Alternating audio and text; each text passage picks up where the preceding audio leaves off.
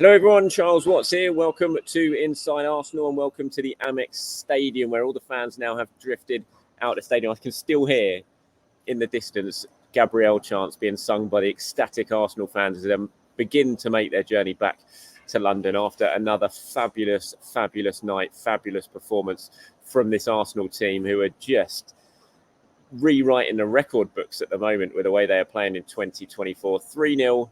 They won here tonight. It could have been more. This was a proper performance. I remember the 2-0 win against Brighton at the Emirates in December, which up to that point had probably been one of Arsenal's best performances of the season. I think they bettered it this time. They didn't have it all their own way. Brighton are a seriously decent side and they played some good stuff and they caused Arsenal some problems in this game. But the way Arsenal dealt with it, the way they stuck it out, the way they defended, and then the way they put Brighton to the sword when they did attack in that second half, really impressive. I mean, this was the performance of a title-winning team. Whether they go on and win the title remains to be seen because no one seems to be slipping up at the moment. Obviously, Manchester City winning earlier on today, 4-2 at Crystal Palace. We're waiting to see what Liverpool do at Manchester United tomorrow. But all Arsenal could do here, and all Arsenal can do between now and the end of the season is win, is look after themselves and focus on themselves. And this was a proper performance, a proper win against a really good team, a side who haven't lost here in the league since September, but have been on the wrong end of a real beating here today. And there was lots of good performances from Arsenal, none more so than Kai Havertz, who I thought was absolutely exceptional. He scored the second goal, he set up the third. But it wasn't just that. Honestly, where I'm sitting at the moment, can't tell obviously, but I'm literally in the very back row of the stadium. And I'm in the overflow section of the press box here because there's two different press boxes on. So I'm literally, that's the wall, the very back of the top of the stadium. So I get this bird's eye view almost of it, and you watch the work rate from Havertz, and it was just absolutely tireless all night. He gave Lewis Dunk and the Brighton defence all sorts of problems with his physicality, challenging him for every single ball, his link-up play, his smart movement.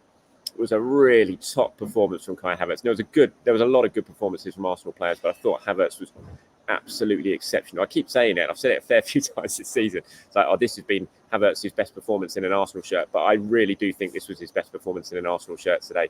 He was so good. I haven't seen who got man of the match yet on Sky Sports. I'm just looking down at the moment. Sky Sports are interviewing Bukayo Saka down their pitch side at the moment. Saka was the man who opened the scoring, obviously, in the first half with that penalty. So I haven't seen who got the official man of the match, but if it wasn't Kai Havertz, then I'll be so surprised because he played so well and was so influential in this victory from Arsenal. The first half was a real even affair, I thought, at times. I mean, Arsenal had some really good chances, but I thought in terms of actual play, Brighton certainly caused Arsenal problems, and the way they played through Arsenal's press gave them some opportunities. Brighton they saw a lot of space in front of them, and not many teams who have played against Arsenal, certainly in 2024, have been able to say that. But the way Brighton played through the press did give them opportunities to sort of run at the Arsenal backline. But Arsenal did manage to keep them out when they did do that. There was one shot from Enciso. There was a 1-0 at that point, and Ryan made a fabulous save, tipping it wide. Apart from that, though, they didn't really have too many opportunities despite some of their good play. But Arsenal came out brightly. They missed some big chances early on. Bukayo Saka, Gabriel with a header literally in a couple of minutes, and Saka put one wide. Gabriel Jesus put a header wide. Gabriel Jesus had a shot that was really well saved. And at that point, you're like, oh no, 4 big chances in 15 minutes. You haven't scored one. Is it going to be one of those days? But then Arsenal got the penalty. Gabriel Jesus, who was playing out on the left today in place of Gabriel Martinelli, lovely first touch to kill a ball over to him, ran into the box, got tripped. I think it was Lamptey, wasn't it? He did get a slight touch on the ball, but when you look at the replays, I don't think that's enough for it not to be a foul. I know the Brighton fans around me were certainly really angry. I know there's been lots of talk on TV about whether it should have been a penalty or not. I look at that and I think, yes, he did get a slight touch on the ball, but I don't think that stops it being a foul because he didn't deflect the ball away or anything. It still carried on going where Jesus was trying to put it. So I thought it was the correct decision. Maybe that's me speaking with my Arsenal bias, my Arsenal hat on, but I thought it was a correct decision. VAR obviously agreed because they didn't overturn it. And Saka, it was a lovely penalty from Saka, drilled it into the bottom left-hand corner, and that's how it stayed until the end of the first half, which was quite a surprise actually, given how the game was going and the chances both teams were creating. But it was 1-0 at half-time. Second half, you kind of thought this is going to go two ways because you could tell the way Brighton were playing, the way the crowd were. If Brighton had got the equaliser, it would have been really difficult here for Arsenal. You could just sense it. The second goal was going to be so crucial. You knew that Arsenal had to get it or they were going to be in for a really difficult evening because Brighton were going to have their tails up. And there was just, as you sort of got to the hour mark, it was such a key moment in the game. Mikel Arteta was about to make some changes. Brighton were about to make some changes. And then Arsenal, boom, they got that second goal just at the right time. And it was Kai Havertz deservedly got it. Really good from Jorginho as well. Lovely pass from Odegaard, who was exceptional as well today, Martin Odegaard, as usual. It goes without saying at the moment when it's Martin Odegaard. And he played the ball into Jorginho, who I thought had a really good second half, Jorginho. First half, at times, because of the way Brighton played through the press, I thought they isolated Jorginho a couple of times. He used his experience well, but the second half, I thought he was excellent. And I don't know what he was doing popping up in that position, getting to the byline deep in the Brighton penalty area, but he kept his head, he looked up and he picked out Havertz with a ball across the 6-yard box, and it was a good finish from Havertz, opening his body up to make it 2-0. And like I said, it was just the perfect time for Havertz and Arsenal to score that goal, just to sort of suck the belief out of Brighton and to give them the momentum they needed to go on and win this game. Changes did come after that. Trossard came on, Martinelli came on, Brighton made changes as well. Brighton saw a lot of ball in the 15 minutes or so after that goal, but you just knew Arsenal were waiting for that time to counter-attack them, and they did it in real ruthless fashion to finish it off to win it 3-0. Trossard with the goal was really funny. Brighton fans were booing Trossard all afternoon because of obviously the former Brighton player and the way he left. Upset a fair few of them around here, and so they were booing him all afternoon. And then he raced away. Havertz played him through. He raced away. And, Trossard, when he's in front of goal, he's such a good finisher, such a clinical finisher. And he lifted the ball into the net over the goalkeeper to make it 3-0. And it was just like someone had just hit the alarm and the whole stadium just started to empty from the Brighton fans. It was pretty funny. I've got quite a good video of it, actually, that I'll upload onto my Instagram story of the game. So that made it 3-0. There was chances after that for Arsenal to actually go on and extend their lead further. Declan Rice, who must be absolutely shattered today, because Declan Rice ran so much. He was getting forward, but then having to chase back because of the type of team Brighton are and the problems they did cause Arsenal when they did play through the press. You had Declan Rice charging back all the time. And he must be absolutely knackered today. He put one wide. Brighton did have a chance later on, which I loved, because Gabriel blocked it.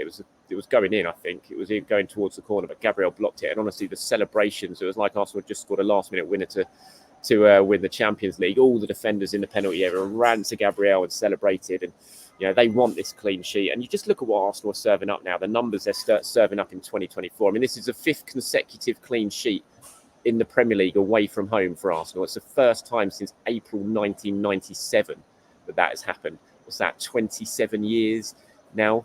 They've now scored 38 goals in the league in 2024. That's 7 more than any other side. They've conceded just 4 goals in 2024. That's 6 fewer than any other side. They've kept 7 clean sheets in 2024.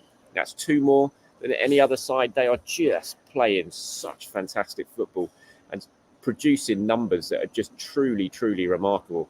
And the mad thing is, if Liverpool win tomorrow, they're not even going to be top of the league, which just shows that how incredible this title race is going to be and how tight this title race is going to be until the end of the season. But this was a proper win. This was a really good performance. I really loved every single minute of this. Big, big win for Arsenal. Okay, I'm going to go through my player ratings now. As you can imagine, they're going to be pretty good given what Arsenal served up here today. So many good performances from Mikel Arteta's side. I'm just trying to bring them up because I did write them down. I don't want to get any of them wrong. So David Raya, as I said, made one brilliant save from Enciso. Enciso was good for Brighton today. He was a real lively talent for them. But he made one really good save. But everything else, there was a couple of misplaced passes in the first sort of 10 minutes or so with Raya. But from that point on, he was excellent. Like I said, that save was brilliant. But he was just playing that sweeper keeper role so well. Some of the passes he did after the misplaced ones were great.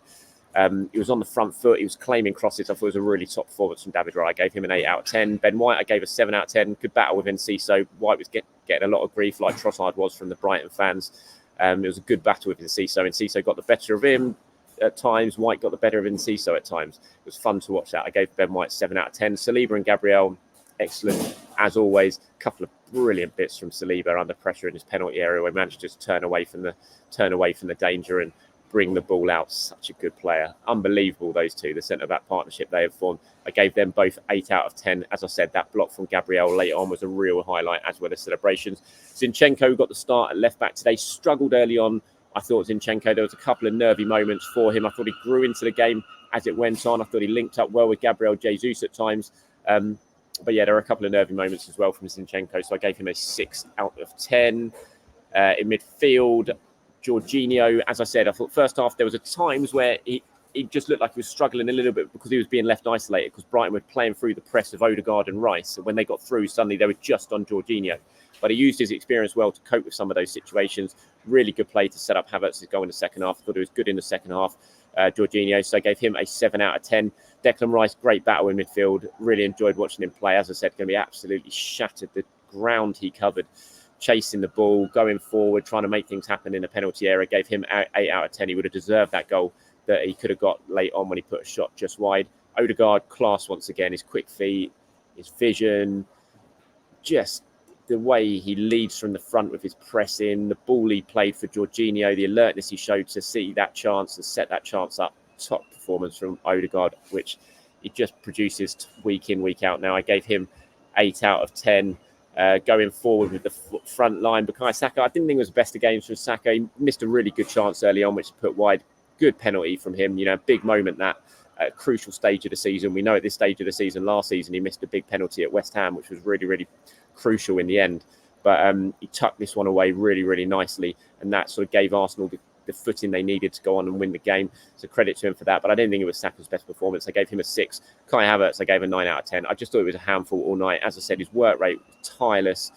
His quality was excellent. He really caused the Brighton defenders all sorts of problems. You could tell how frustrating the Brighton defenders were getting, having to deal with him all the time. He just played really well. He lovely finish for the goal as well. Got in front of his defender, opened his foot up and scored. Got the assist for Trossard as well. So 9 out of 10. Gabriel Jesus, I thought did a good job out on the left-hand side. A couple of headers he probably should have done better with. One shot that was a really good effort, actually, that was saved well by the goalkeeper. I gave Jesus a 7 out of 10. Subs who came on, obviously, I gave Trossard 7 out of 10, marking his return to his former club with a goal to round things off. Martinelli never really got into the game. Tomiyasu came on to help see the game out, and then Vieira and Nketiah came on right at the end, literally for the last couple of minutes.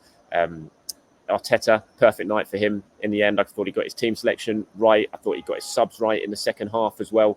He'll be absolutely delighted. So I gave Arteta an 8 out of 10 rating here. So that's it from me here at the Amex Stadium. I'll be back tomorrow to sort of sum this game up in a lot more in depth, look at what Mikel Arteta had to say. So please do, if you want to get involved in that show, let me know what you want me to talk about or what you want to say, and I'll pull some of them together and get it included in the show. You know what to do. Just go down to the comments. Try and sign them off with your name if you can. That would be really good. Let me know who you impressed by, who you weren't impressed by. If there was anyone, I can't imagine there was in a performance like this. And just let me know your thoughts on the game down below. But here from the Amex Stadium is finished Brighton 0, Arsenal 3. Arsenal back on the top of the Premier League. Bye-bye.